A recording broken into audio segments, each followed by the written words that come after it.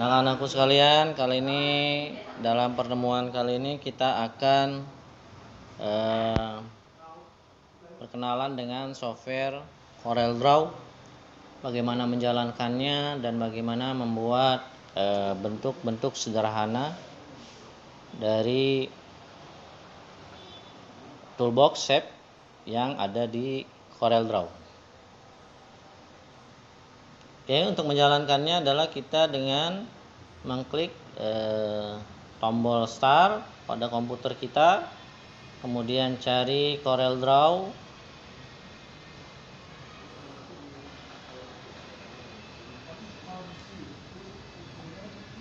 CorelDRAW ini adalah aplikasi pengolah gambar berbasis vektor. Ini tampilan awal dari CorelDRAW. Kita klik New Blank Document untuk membuat dokumen baru pada CorelDRAW.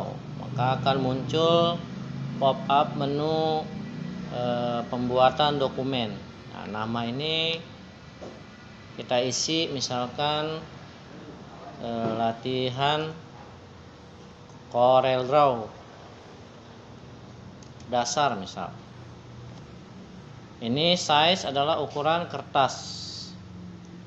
Pada lembar kerja kita nanti di sini akan dipilih sama Bapak yaitu ukuran A4. Kemudian ada jenis color, ada RGB dan CMYK. Kita pilih yang CMYK dengan resolusi 300. Oke. Kemudian kita klik tombol OK. Nah, inilah layar kerja daripada CorelDRAW. Nah, di sini ada bagian title. Title ini adalah kata atau judul dokumen kita. Kemudian ada yang namanya menu bar. Ini namanya menu bar. Menu bar ini adalah kumpulan dari menu ya. Menu bar adalah kumpulan menu yang digunakan untuk mengakses seluruh fungsi-fungsi yang ada pada CorelDRAW, termasuk membuka, di sini menyimpan, kemudian efek-efek dan sebagainya. Nah, ini disebut dengan menu bar. Kemudian ada standar bar. Standar bar ini adalah kumpulan ikon-ikon. Nah, ini kumpulan ikon-ikon yang berfungsi untuk mengakses menu-menu umum yang paling sering dipakai. Ini namanya standar bar. Kemudian ada yang namanya property bar. Property bar ini ya. Di sini di bagian kanan. Nah, property bar ini berfungsi menampilkan pilihan properti dari sebuah fungsi toolbox. Kalau kita aktifkan ini, maka akan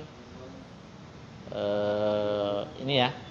Ini yang disebut dengan property bar. Yang ini title bar, yang ini adalah menu bar, yang ini adalah property bar. Ini property bar. Ini standar bar. Ini property bar. Jadi kalau kita aktifkan toolbox, maka akan muncul property bar. Toolbox ini yang ini ya. Ini adalah toolbox. Oke. Pada kondisi default, tool yang terpilih adalah pick tool. Ini pick tool. Ini namanya pick tool. Maka property bar akan berisi ukuran kertas. Di sini ukuran kertas. Kemudian bidang gambar, portrait dan landscape. Kemudian ada orientasi kertas, ini ya. Kemudian ada unit yang digunakan, milimeter, sentimeter atau apa gitu kan. Kita pilih sentimeter misal. Oke. Eh, Kemudian ada yang namanya ruler bar. Ini ruler bar. Ruler bar. Ya, ada yang melajur ke kanan, ada yang melajur ke atas atau tegak dari bawah ke atas. Ini namanya ruler bar. Biasanya digunakan untuk membantu proses bar dalam presisi ukuran. Kemudian ada yang namanya toolbox. Ini bagian ini namanya toolbox. Berisi pilihan tool dan model menggambar. Klik pada sebuah ikon pada toolbox untuk menggunakannya. Maka tombol ikon akan tampil seperti ditekan. Misalkan Bapak mau pilih tool ellipse tool. Nah, maka akan berbeda ya. Ada efek seperti ditekan. Kemudian di bagian toolbox ini kadang juga terdapat subtool yang dapat dimunculkan dengan menekan agak lama pada sebuah ikon tool. Nih, di sini ada tanda panah kecil di bawah, kita klik maka akan muncul subtoolnya. Nah, di bagian menu tool ellipse ada bagian lain di ellipse tool, yaitu ellipse dan 3 point ellipse. Begitupun dengan yang lain. Oke, kemudian ada yang namanya bidang kerja. Bidang kerja ini adalah luasan bidang gambar dengan ukuran kertas tertentu yang dapat kita gunakan untuk mendesain gambar. Apa yang berada di luar tepi bidang gambar tidak akan ikut tercetak saat di print. Nah, ini adalah bidang gambar sesuai dengan ukuran kertas yang telah kita tentukan. Nah, ini ukuran kertasnya bisa kita rubah di sini ya. Nah, kalau gambarnya melewati bidang kertas, maka dia tidak akan tercetak. Oke. Kemudian ada palet warna. Ini palet warna di sini, di bagian sini namanya palet warna. Ada warna-warna ya. Nah, ini. Oke. Palet warna ini digunakan untuk memilih warna yang akan kita pakai untuk mewarnai sebuah objek gambar. Klik kiri pada palet akan mengeset warna isian, fill suatu objek, dan klik kanan pada palet akan mengeset warna tepi dan garis lain. Misal, ya, Bapak mau buat objek persegi. Nah, kalau kita klik kiri, maka akan terisi warna sesuai dengan yang kita pilih, yaitu warna hitam misal. Dan kalau kita pada Bapak rubah filenya misalkan warna merah. Kalau kita klik kanan pada palette color misalkan warna hijau, maka garis tepinya adalah berwarna hijau. Ini warnanya hijau ya. Kalau kita tebalin garisnya, maka akan berwarna hijau. Karena tadi caranya adalah dengan klik kanan untuk memberikan garis tepi. Kemudian yang selanjutnya adalah status bar. Status bar ini menunjukkan beberapa status penting dan event yang sedang terjadi. Juga pada bagian kanan menunjukkan warna fill dan line